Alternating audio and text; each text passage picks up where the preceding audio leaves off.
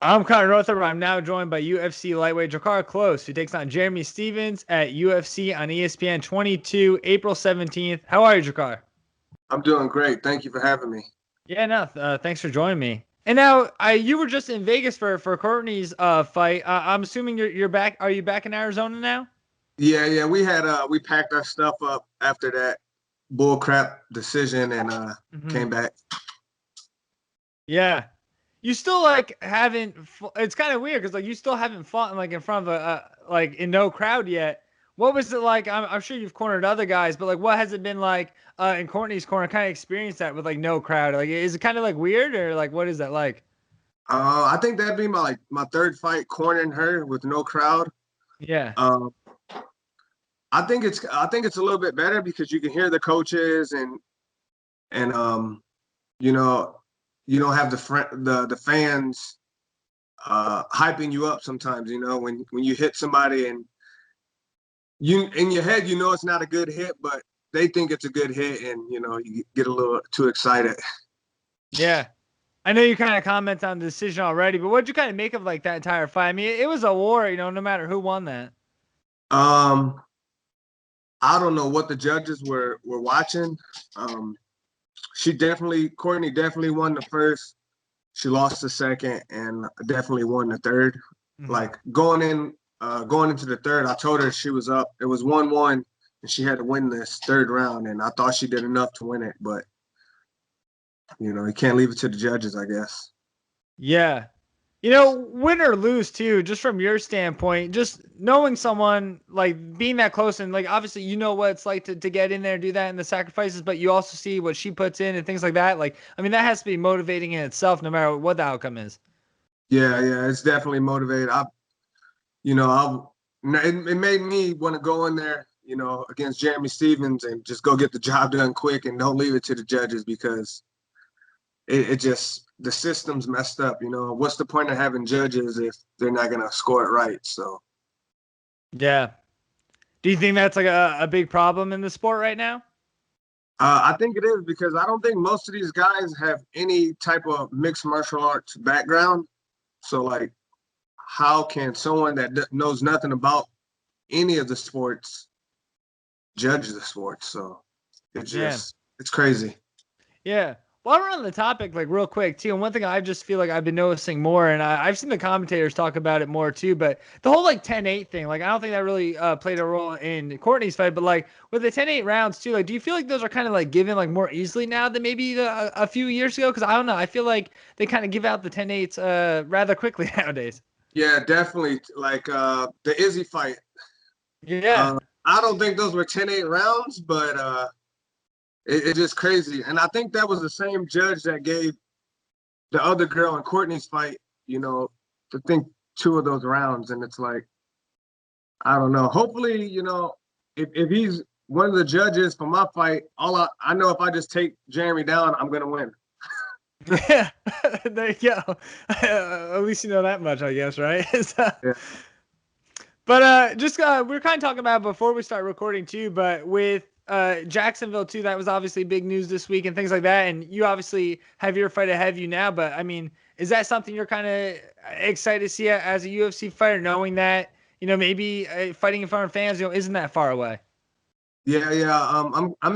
I'm excited for the fans to be back, but I'm kind of excited because I haven't fought without the fans. So, my fight before I got my last fight was the last with fans, Yeah, and then this fight's gonna be the last without fans. So I just want to see how that feels. for sure. Yeah. And let's talk a little bit about this too, because you were supposed to fight earlier this year. Obviously, it didn't happen. Jai Herbert fell out, and then one of your cornermen too tested positive, so the Luis Pena fight also fell out. But like, how are you kind of feeling now, like ahead of the fight? Like, are you a little on edge, just because like there is so much uncertainty nowadays with fighting and COVID kind of intertwined in that. Yeah, this whole COVID thing, it's weird because my cornerman came back. I mean, like leading up to the fight, I trained with him 3 months, so it feels like we all should have tested positive, not just him. You know what I mean? And then when we came back, we all got tested again, and everyone was negative. So it's like what is it? Is he positive? Is he negative? And he didn't have any symptoms, and it's just crazy. It's a crazy time. It is, yeah. Like, when have we ever seen this many fights get canceled, especially the day of, like things like that? Like, that's what's been insane about the whole thing. And then, with that happening, I think this is a way better matchup for me. The other two opponents, like, I knew I was gonna beat them. With this one, with Jeremy, it's like, it feels like I have to go out there and, put a little extra work in and, think about him a little more because he's still dangerous. He's on a 4-fight losing streak, but hey, he still has that power and he's moving up a weight class. So we're moving back up to 155. So we'll see, how that power, translates. Yeah. Yeah, you kind of went right into it, but just like the fact of, like, obviously you never want an opponent to fall out and you never want to, be forced to withdraw from a fight yourself. But like in the end, I mean, does it seem like it's kind of all worked out to you? Because nothing against Luis Pena or Jai Herbert, but I think Jeremy Stephens is definitely kind of a bigger name. At least he's been around the game a little longer, more of a household name. Like, do you feel like this kind of working out a little more in your favor? Yeah, I think it's a way better matchup, and that it gives me the fire to work harder. Not saying I wasn't working hard before, but you know what I mean. It's just I want to put Jeremy Stephens on my resume as I beat him. You know what I mean? Because I guess 18 other people could say they beat him, but he's beat a lot of people. So Yeah. You ask a lot of fighters about this too, and they'll say, "Oh, it doesn't really matter whose name's on the contract." But when you do see a name like Jeremy Stephens, a guy who you said, like, obviously he has been beaten by some guys, but just that name in general, just, you have certain guys that kind of have that. Like, there's got to be, like, do you get like a certain excitement when you see a name like that kind of on the contract? yes, as soon as my manager told me, I was like, "Oh, let's go, baby!" I was Yeah, excited. You know what I mean? Because not everyone gets to fight bigger names and stuff like that, and just having the opportunity to share the cage with him, um it's gonna be great. And I like Jeremy. I met him a couple years back, and he's a real good dude, so I'm excited to fight him. yeah, awesome. Yeah, I mean, like you said, like bigger name, bigger opportunity. Yep. Yeah. And then, like, obviously with Jeremy too, there's a lot we know about him and things like that. What's kind of your analysis when you're kind of, viewing this fight? He's very emotional. I kind of had that problem sometimes too. I think we're similar in, like, just the way we carry ourselves, and we'll just, you hit me, I'm gonna try to hit you back harder, and but with this fight, I'm gonna have to be smarter, be patient, take my time, let him get frustrated, let him overcommit, and capitalize on his mistakes. Yeah. Do you kind of have like a prediction for us for this one? Fireworks. So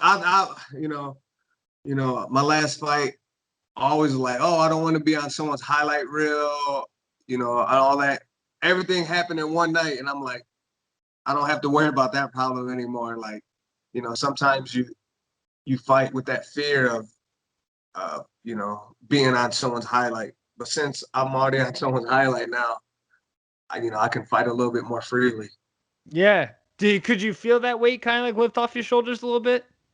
Yeah, because I always tell my buddies, like, I ain't never gonna be on someone's highlight. And then when it happened, like right after the fight happened, I was laughing like, God damn it.